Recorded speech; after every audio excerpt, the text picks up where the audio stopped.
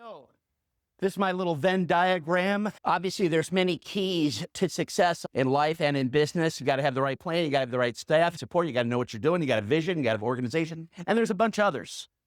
But overlapping all of them is this little session part here, overcoming adversity. And that's what we're going to talk about again tonight.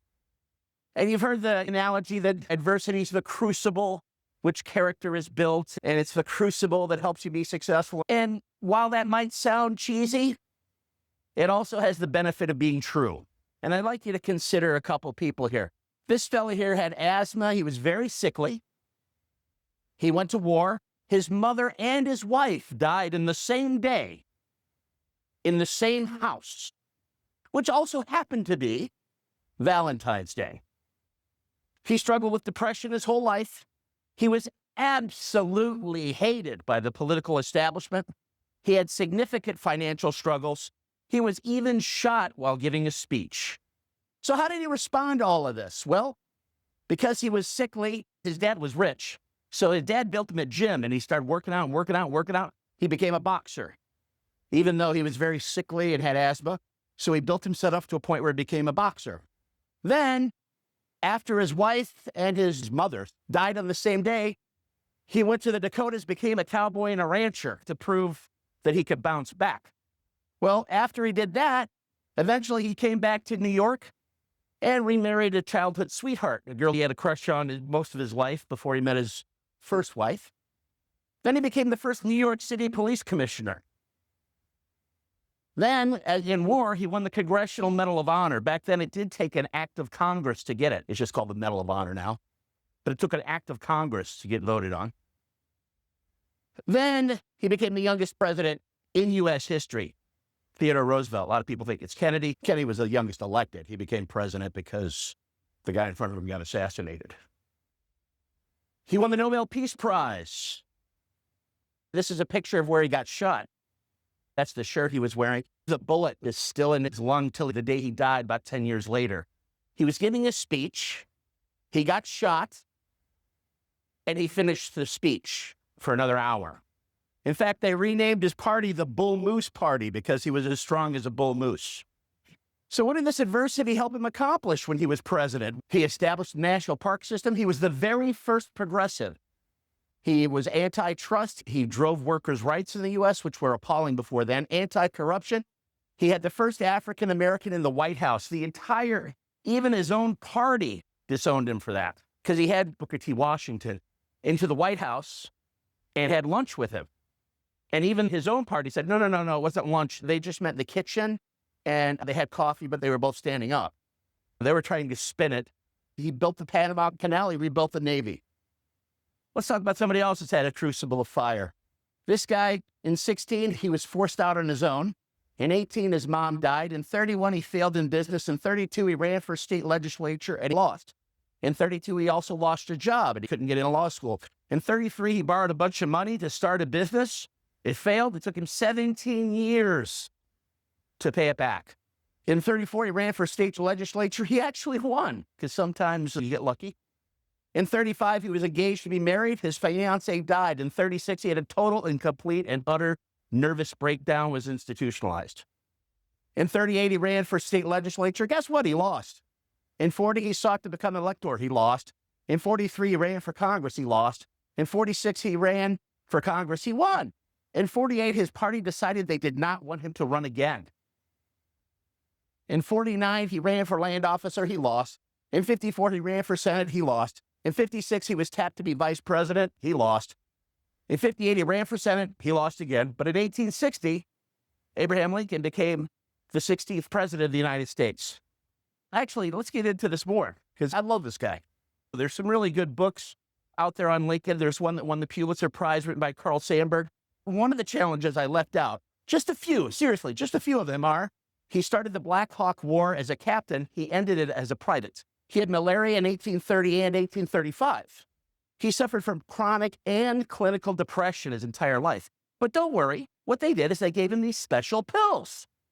And these pills, the only problem with the pills was they gave him mercury poisoning, which isn't very fun. He had multiple endocrine neoplasia, type 2B, which inflicts 4 out of 100 million people in the world. It gives you tumors on all your major organs. His mouth, his eyes, it gives him big blubbery lips. There's no cure, by the way. It gives him gastrointestinal issues, made him tall, thin, and really gangly. Abraham, this is true, it's historical fact. Abraham Lincoln was so ugly, we had to touch up the penny for circulation. In 1863, in the middle of the Civil War, he had smallpox while the Union was losing, I might add. His son William died. His son Eddie had already died in 1850. His wife was bipolar, had migraines, and talked to spirits. No president, including Donald Trump, was vilified more by the press. He was referred to as the ape in Washington. Here's some political cartoons of the time. That's him over here on the left, signing the Emancipation Proclamation that freed the slaves, portrayed as an ape, and of course, good white people getting angry. This one speaks for itself. There's another one of him as an ape, another political cartoon from the 1800s. Here's one. This one's a coon hunt.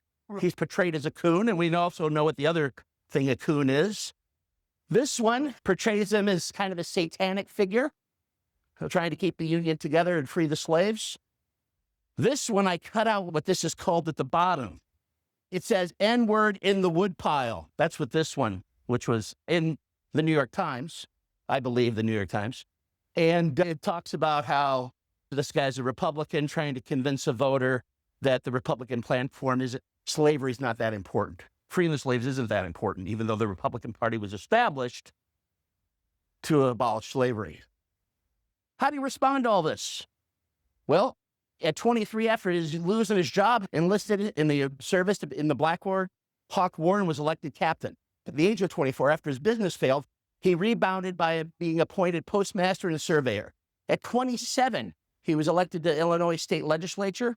At 28, he had a complete internal nervous breakdown, but he bounced back a year later and he got reelected into the state legislature. At 29, he received his license to practice law in Illinois after studying for years on his own. At 31, despite having only 9 months of formal education, he was admitted to practice law in the United States Circuit and District Courts. He became law partner of one of the most successful lawyers in Illinois and one of the best firms. He ran for Congress again and he lost.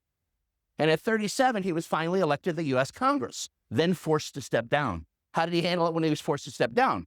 He applied to and was accepted to practice law in front of the Supreme Court, which is very difficult, the U.S. Supreme Court. At 45, he lost the nomination to the Senate, so what did he do?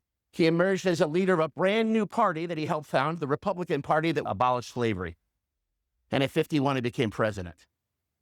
All this time, he told his friends and family, all this stuff he's going through, and all this depression he had, but he was telling his family over and over, I will prepare myself, and someday my chance will come. And his chance came. How did it prepare him? God knows. It definitely gave him the inner strength to hold a nation together. What would the world have been like if the U.S. ended up as two countries? And slavery still survived. Apartheid would have lasted longer in South Africa if the Confederacy survived. What would have happened in World War I? Well, the South would have chose one side, the North would have chose the other side. So there wouldn't have been all these troops sent over to help out in World War I. What happened in World War II? Maybe there wouldn't have been a World War II because Germany would have conquered all of Europe. What would have happened in the Cold War? Who knows? So here's a person splitting logs and being depressed changed the world. And nobody would have ever thought it if you think about his background. And you might say, well, these are great men. These are great men. And, you know, I'm not a great man. I'm not a great woman. It's not me. Consider this guy. Some of you have heard this story before, so I'll do the Reader's Digest condensed version. This guy told me that he slept with the covers over his head until the age of 26 because when he was growing up, he was afraid that rats were going to eat him. The next door neighbor was shot and killed an intruder. They thought he was handicapped until grade 3. They gave him an IQ test. He tested out as a second-year university student. He had big Coke bottle glasses, so he got wailed on all the time. He remembers one time his dad having to go out in the car, pick him up when he didn't come home from school because 3 or 4 guys beat him up, left him bleeding in a snowbank. He had asthma so bad he couldn't take PE until about 16 or so. He was allergic to everything. Doctor told him, hey, go do swimming because you can't get beat up that bad and it's good for your lungs. Only problem is kid couldn't swim. So he joined the swim team. Luckily, the swim team was so bad, they took everybody, even if they couldn't swim. So he's in this little pool with water up to his waist, learning how to swim. Eventually, they put him in the far lane there with the floating lane line because he's a drowning risk. But by the end of the year, the very last practice, he's elected captain of the team the next year because he's improved so much. Year after that, he qualifies in USS Nationals, which is the farm system for the Olympics in the United States. Then he graduates high school near the top of his class, National Honor Society, Eagle Scout, all this other stuff, and decides he wants to go to West Point Military Academy. Gets a nomination from a senator and a congressman.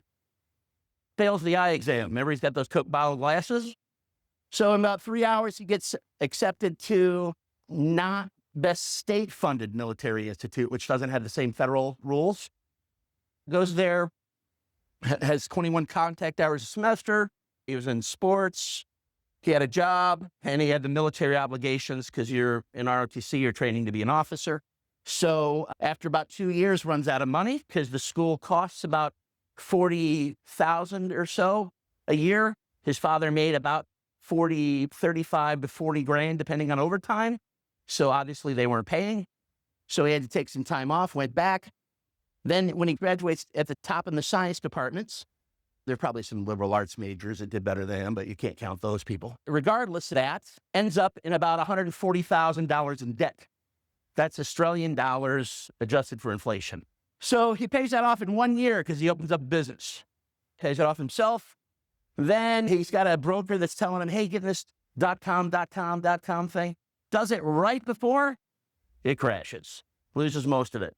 So anyway, back to debt.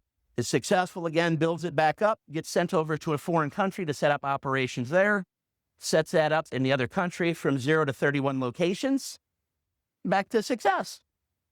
Then he ends up leaving that business. He has a tiff with the owner that he's at the business with the 31 locations, and they have ACCC undertakings because the home office in the U.S. won't listen to him and won't do things the Australian way. So business is in some big trouble. But he keeps it going, fixes it up, still has the highest productivity in the company, ends up leaving the business and sets up his own business and then builds that up to 13 locations. He has a problem with his supplier in Australia. He's getting cheated. So he says, might as well go to Asia, get cheated, and pay less. So he went to Asia and back to success. And then he get cheated on a deal for his 14 containers, which was about $1 million. So he's back to being broke. Ends up about $2.7 million in debt. And then trades out of that and starts a factory in a different country with no manufacturing experience, but does have Vanessa helping out. So that's the big key. And you guys have figured out this is me by now, right? So these are the countries we ended up exporting to, the purple ones. We had consumer affairs issues. We got audited 4 times. I had several $1 million of identity theft against me, which started, funny enough, just like Theodore Roosevelt's wife and mother died on St. Valentine's Day. All of my identity theft started on April Fool's Day, which I thought was, which is pretty funny if you think about it. And what else am I going to do? I could cry or I can just point out what's funny. Fair Work Ombudsman stuff, ASIC investigation, had somebody die at my place of business. That was a good one. Really enjoyed that. Had employee theft, had one that stole $250,000. 2 of them sold $100,000, had one that sold $50,000. I was told a few years ago that I was going to go blind. I got lucky and didn't. At the last minute, they found this surgery that's holding it off, but eventually I will.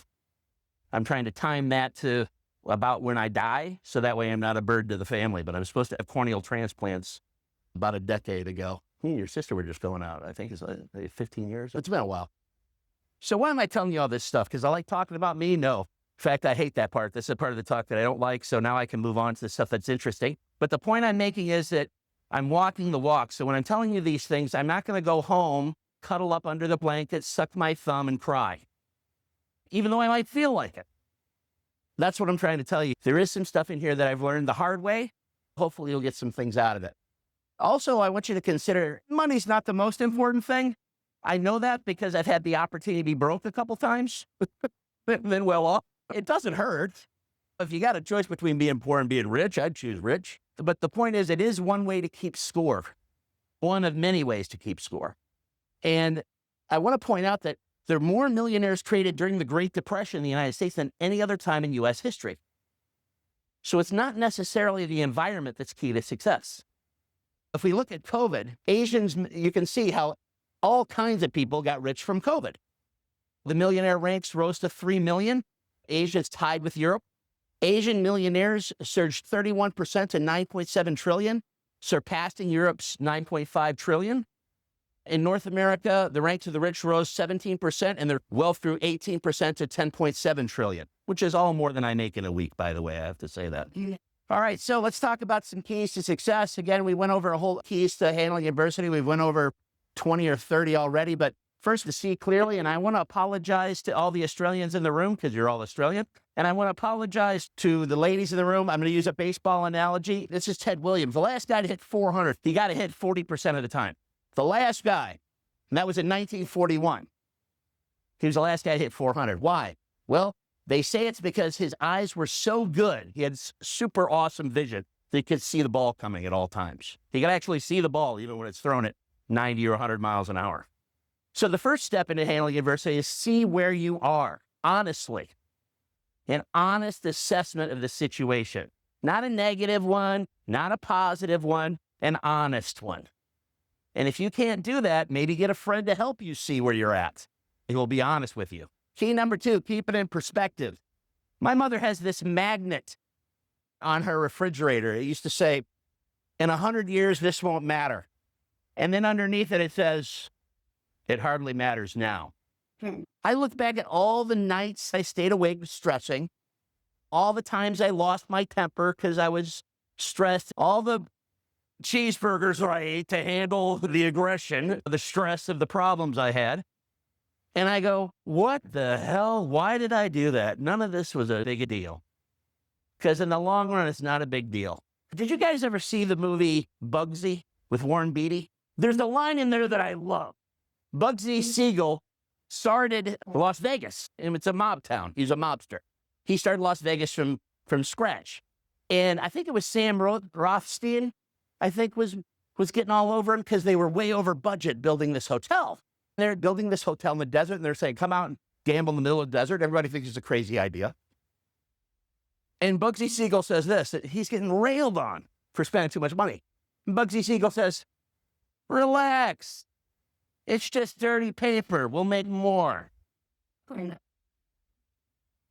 I remember thinking that when I was in trouble in Australia. I remember thinking, it's just dirty plastic. I'll make some more. So, got to keep it in perspective. Handling adversity, whether it's business or in life, is get mad. And I know a lot of us in here are wholesome, holistic people and will say, no, that's bad. But I think a little bit of properly directed anger is okay. Let's talk about another sickly kid who's from a poor immigrant family, Lee Iacocca. I don't know if you've heard of Lee Iacocca before, but Lee Iacocca used to be chairman of the board of Ford. And then he was fired by Henry Ford III merely because he didn't like him. His brainchild was a huge success, which was the Ford Mustang. He went to Chrysler Corporation, which was in big trouble, and he convinced the government to help. For the first time, he got the government to bail all these businesses out. And then he paid the bill back early. He came up with the idea of the minivan and the SUV. It gave the USA a huge advantage in that market.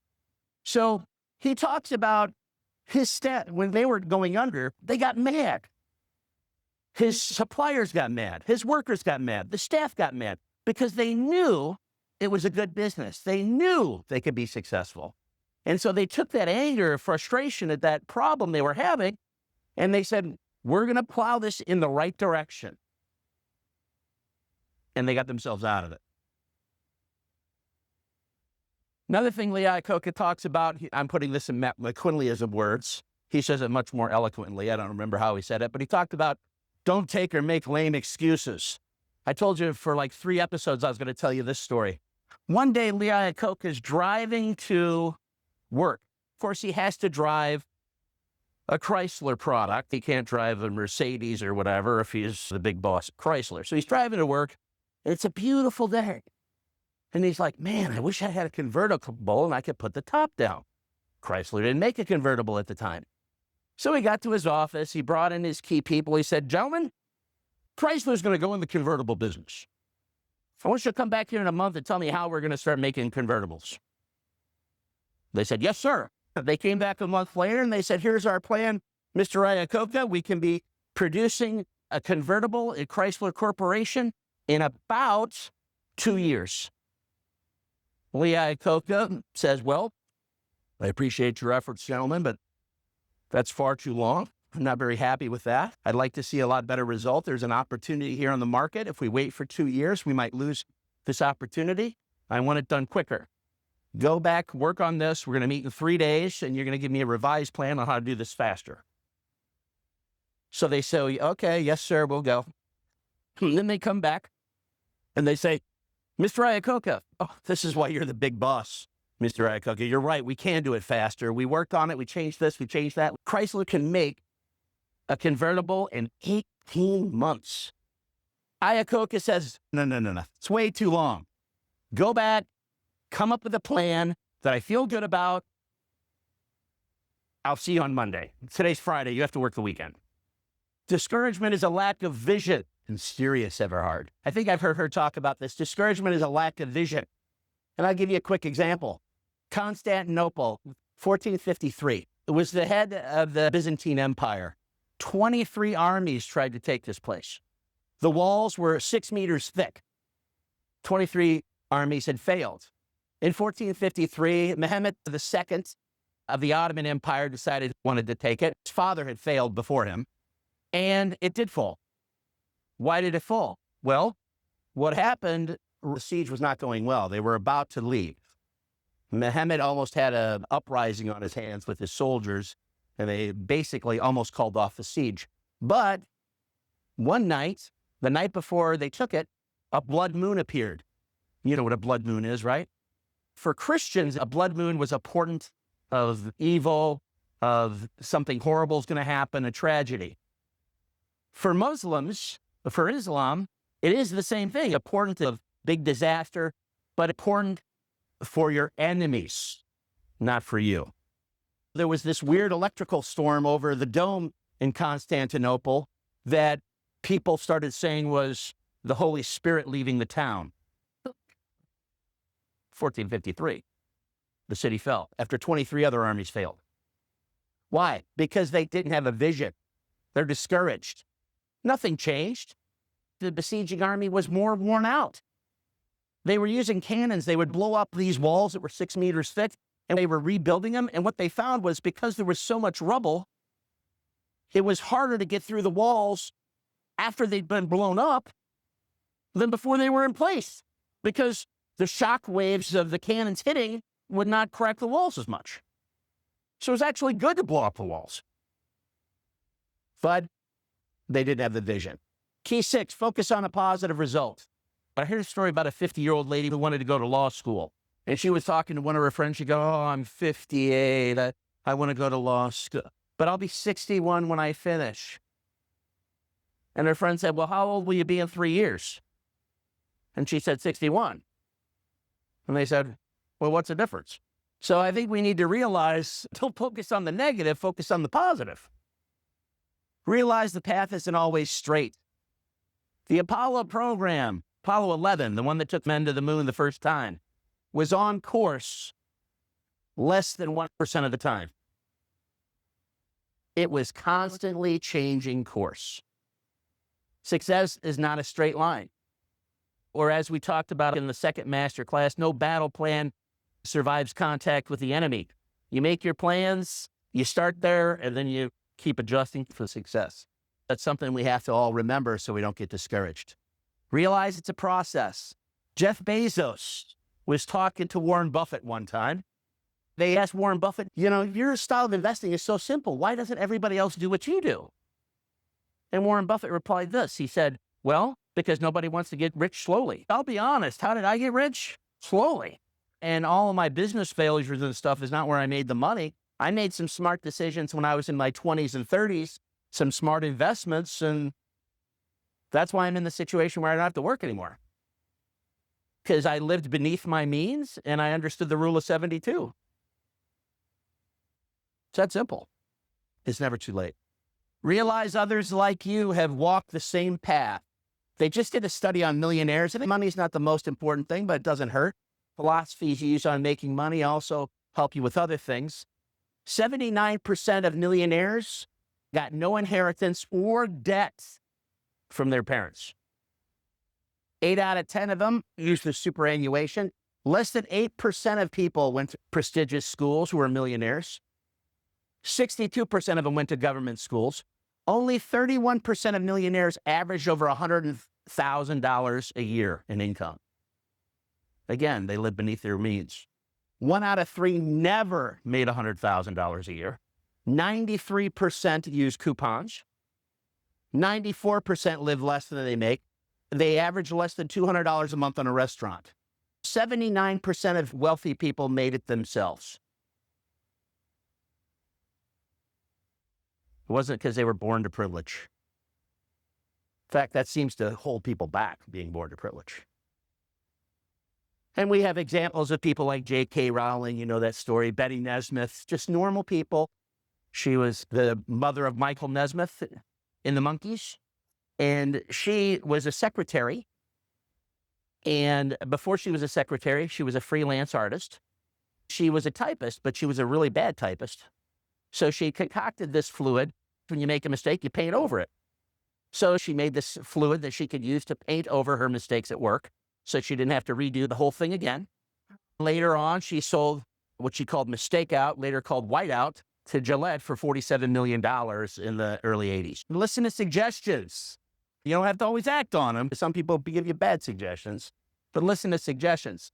And don't make things more difficult than they are. There's a story about a truck that got stuck under a bridge. Cars piled up for miles behind it. And there was a little boy in one of the cars. He had something going on, some practice or whatever that he had to get to. And he's like, Mommy, we're going to be late. Mommy. He got really upset. And he got out of the car and he ran up there. And he said, well, what's going on about it? And they're like, little boy, this isn't the place for you. The cops are like, this is dangerous. And we can't move this truck. And we need to cut the bridge. And we need to get a helicopter. And we need to whatever, all this stuff. And the little boy said, why don't you just let air out of tires? So don't make things tougher than they are. Tony and Alfonso can tell you that when you panic, the logical part of your brain shuts down. And you can't think. You can't problem solve. So the point we're making here is take a minute, breathe. Think it through. Don't make it harder than it is. And if somebody's going to give you an idea, listen to it. Be a duck. I talked to you about being a duck. If you watch a duck swim, they look really calm and serene, don't they? They're really happy. They're just floating around, living the happy life of a duck. But if you look under the water, their hands are going like this. Their little web feet are flying. On the top, they look all serene. So when you're a leader, okay, when I'm talking to business owners again, the world might be falling down around you, but you be a duck. Does that make sense? Be a duck, and eventually you'll become a duck. All right? Eventually the stuff won't rattle you. Have the right people around you. A lot of you have read the studies they did in the 50s and 60s on drugs, right? Where they would take these rats, they'd put them in these tiny little boxes, and they'd have a choice between like water with heroin in it and normal water. And most of the times they would drink this heroin water until they just died. They wouldn't eat, they wouldn't do anything, they'd just die. Well, a guy named Bruce Alexander looked at that in the 70s and he goes, I might do that too if I was in this little box with nothing to do. And they had this little thing attached to their brain to where they would put the heroin in, but it doesn't matter. So anyway, he had this idea. So he built this thing called Rat Park, or like a rat heaven, where they've got all the cool little things a rat can want. They got the little wheels, they got friends, they got cheese, they got stuff to build a nest. They got all this stuff. And then they gave them the choice between the heroin water and the normal water. They found nobody got strung out, for lack of a better term. And what they did is they took these guys that were already addicted, they took rats and put them in these small cages, addicted them for 57 days. And then they put them back into this beautiful Ratopia. So what they found was almost all of these rats that were strung out over 57 days stopped becoming heroin addicts and became recreational heroin users, like a glass of wine. So what does that tell you? Well, that tells you that the people around you are very influential in your success or failure and in your ability to handle adversity. And so your mom was right. Don't hang out with those guys. You thought she was just nagging, but she knows stuff. You turn your weaknesses into strengths. This is Julius Caesar, the only bust of him that was made while he was alive. Julius Caesar was an epileptic. Obviously, any sign of weakness in the Roman government meant you got killed, you got assassinated, you were in trouble. What did Julius Caesar do? First time he had an epilepsy fit in front of everybody, what did he do? He told everybody that's when he was talking to the gods. And then he turned it into a strength. Everybody's like, oh, that's when Caesar talks to the gods. We have to listen to him. Turns it into a huge positive. So find a way to make negatives positive. Does that make sense? I can stand here and tell you there's no way in hell I would have went to nationals in swimming if I hadn't had asthma so bad I couldn't take PE till I was 15. There's no way I would have ran a marathon. I just did it because I was told I couldn't. Now, obviously, I don't care about doing one, but I did it. I wouldn't have had a lot of money had I not been brought up in a situation where I was worried about sleeping on the street. So turn your strengths into weaknesses. And in business, what that means is if you've got a crummy time of the year, plan for it. I tell you, when I had my homework and mattress business, I would know in the calendar when the slow times of year were, and I put things in place there so they weren't slow. And the slow times of year ended up being the best times of year. Why? Because I made it that way. And that's what you need to do in your business. The last point I want to make here is don't listen to the naysayers, including yourself. Does anybody here read German? I read about this years ago. You know what that says in German? This is a book that came out after the theory of relativity. They wrote a book, 100 experts, 100 super bright scientists got together and wrote this book, 100 Against Einstein, saying, you suck, you're wrong. Okay? How did Einstein respond? Why 100? If I was wrong, one would have been enough. It takes 100 of them to make this argument? That's how Einstein responded. Relatively smart guy. FedEx. By the way, you ever notice this? I just noticed this recently. That little arrow. That's a trick in there they put that to motivate their staff to say, we're moving up, we're overcoming adversity, speed, innovation. But I just noticed that when I was writing this talk. FedEx, Fred Smith. He came up with the idea for FedEx, and that was his doctoral thesis. They rejected it because they said it was a stupid idea. Gave him a C-. He had to rework it. You guys know who this is? Satan. You know what the word Satan means in ancient Hebrew? The accuser. That's what it actually means.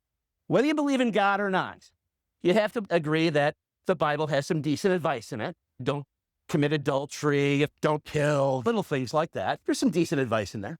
But 3,500 years ago when the Bible was written, the source of all evil is labeled as the accuser.